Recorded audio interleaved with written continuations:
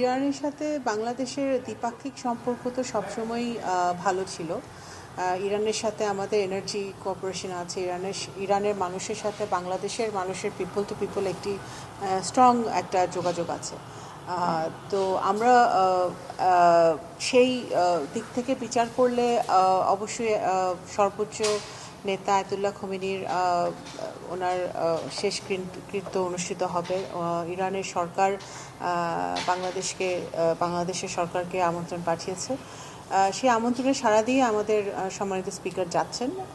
আমরা মনে করি এটা সর্বোচ্চ নেতার প্রতি আমরা সকলে যারা মুসলিম আছি তাদের একটা শ্রদ্ধার জায়গা থেকে অবশ্যই এটা গুরুত্বপূর্ণ।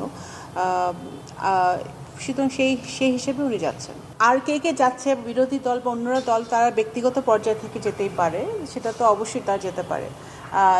এখানে সরকারি সফরে সরকারের পক্ষ থেকে আমাদের বাংলাদেশের স্পিকার যাচ্ছেন। যে সকল দেশে টাকা পাচার হয়েছে গত 17 বছরে, সেই দেশগুলোর নাম তো আপনারাও জানেন। সেই দেশের সাথে আমাদের দ্বিপাক্ষিক সম্পর্ক অনেক জোরদার আছে। তো সে সকল দেশের সাথে দেখেন এটার একটা প্রপার মেকানিজম আছে, নিয়মকানুন আছে।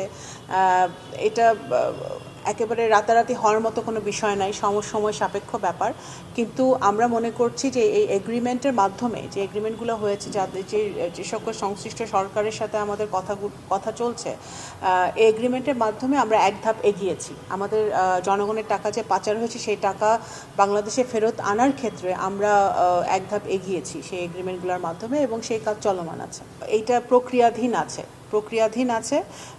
অবশ্যই একজন আসামি যে এতগুলো অন্যায় করে, অপরাধ করে উনি আরেক দেশে আছেন এবং বিচার হয়েছে, তার বিচারে উনি সাজাপ্রাপ্ত হয়েছেন, অবশ্যই সেটা ওনাকে আমরা ফেরত এনে বাংলাদেশের মাটিতে সেই বিচারটা সম্পন্ন হোক, সেটা বাংলাদেশের জনগণ চায়। তো সেই লক্ষ্যে কাজ চলছে, প্রক্রিয়াধীন আছে। এক মিষ্টি সকাল, কানে কানে কিছু গুনগুনিয়ে বলে যায়, কাছে আয়, ভেসে যায় হাজার ফুলের ঠিকানায়, ছুঁয়ে দিয়ে ডুবে যায় সুগন্ধে সেই সীমানায়। তিব্বত লাক্সারি সো, বাংলাদেশের রূপ।